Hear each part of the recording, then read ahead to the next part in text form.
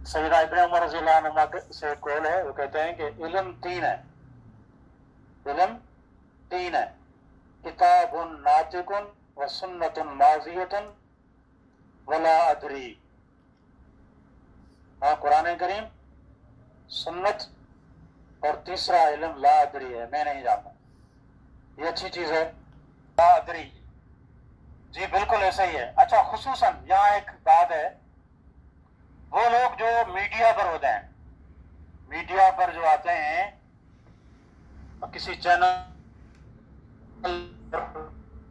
किसी ने सवाल किया हो, आपने सुना किसी से, उसने कहा हो कि ला अदरी,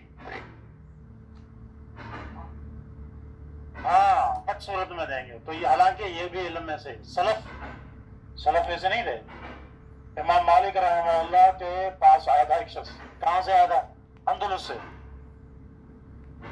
गालिबन उसके बारे में है कि वो कोई, उनके सवाल 40 से कुछ ज्यादा थे। बेशतर सवालात के जवाब में इमाम मालिक रहमतुल्लाह ने कहा मैं नहीं जानता। तो वो शख्स जो वहां से आया था वो कुछ मायूस हो गया, कहा कि मैं जब वापस लोगों के पास जाऊंगा तो फिर मैं उनको क्या जवाब दूंगा? उन्होंने मुझे भेजा है कि मुहद्दिस मदीना है, इमाम दारुल हिजरा, उनसे पूछ के, और आप कह रहे हैं मैं नहीं जानता, कोई जवाब दें। कहा कि उनसे जाकर कहना कि मालिक बिन अनस ये कहता है कि मुझे इन सवालों के जवाब नहीं आते। ये चीज है। बल्कि बाज सलफ का ये कौल भी हमारी नजरों से गुजरा, इसमें वो कहते थे कि शेख को चाहिए कि तलबा की तरबियत करे, ये बताने के लिए कि हर सवाल का जवाब नहीं होगा, ला अदरी। और ये अल्लाह से डरने की दलील भी है कि ये जो बात हम कह रहे हैं कि ये अल्लाह का दीन है, सही है, अपनी तरफ से नहीं है। तो इससे मजीद वो समझते हैं कि हमारी क्या होगी, बदनामी होगी, लोग कहेंगे कि देखो यार इसको जवाब नहीं आ रहा। हाँ, लोग क्या कहेंगे? वो कहेंगे पर कोई भी जवाब दे दो।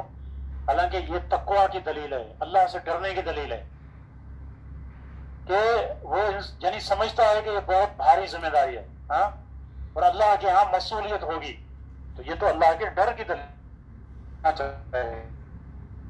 अगर कोई ऐसा मसला है, कोई नस्से सरी नहीं है और इंसान ये समझता है कि और जल्दी भी है वो मामला, तो फिर इज्तिहाद की हद तक कहे, फिर ये यानी कहे कि जैसे सहाबा कहते थे बहुत चीजों के बारे में, कहते थे अगर ये मेरे जहन में एक जवाब आ रहा है, अगर वो दुरुस्त है तो फिर अल्लाह की तरफ से, अगर वो खता है तो मुझसे है और शैतान की तरफ से, अल्लाह उसके रसूल उससे बरी है। ये इस तरह भी सलफ से मिलता है।